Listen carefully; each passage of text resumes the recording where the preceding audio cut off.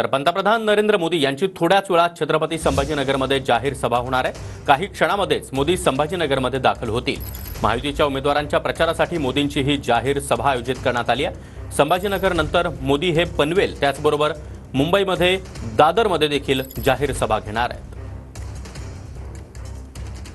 तर छत्रपती संभाजीनगरमध्ये पंतप्रधान नरेंद्र मोदी यांची जाहीर सभा पार पडणार आहे। अगदी कुठल्याही क्षणी पंतप्रधान मोदी हे सभास्थळावर दाखल होतील। सभेची जोरदार तयारी भाजप आणि महायुतीकडून करण्यात आली आहे।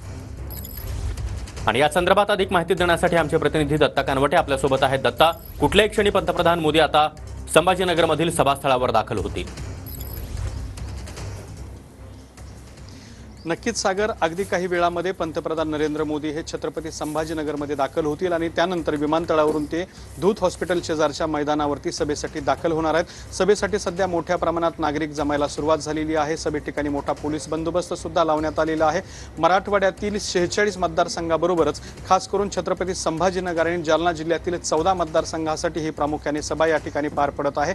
या सभेसाठी हे 14ही उमेदवार या ठिकाणी उभे राहणार आहेत आणि तब्बल 1 लाख पेक्षाही जास्त लोक या सभेला उपस्थित राहतील असा अंदाज जो आहे तो आयोजकांनी वर्तवलेला आहे। नरेंद्र मोदी यांच्या सभेबरोबरच उद्धव ठाकरे यांची सुद्धा आज छत्रपती संभाजीनगरमध्ये सभा होत आहे।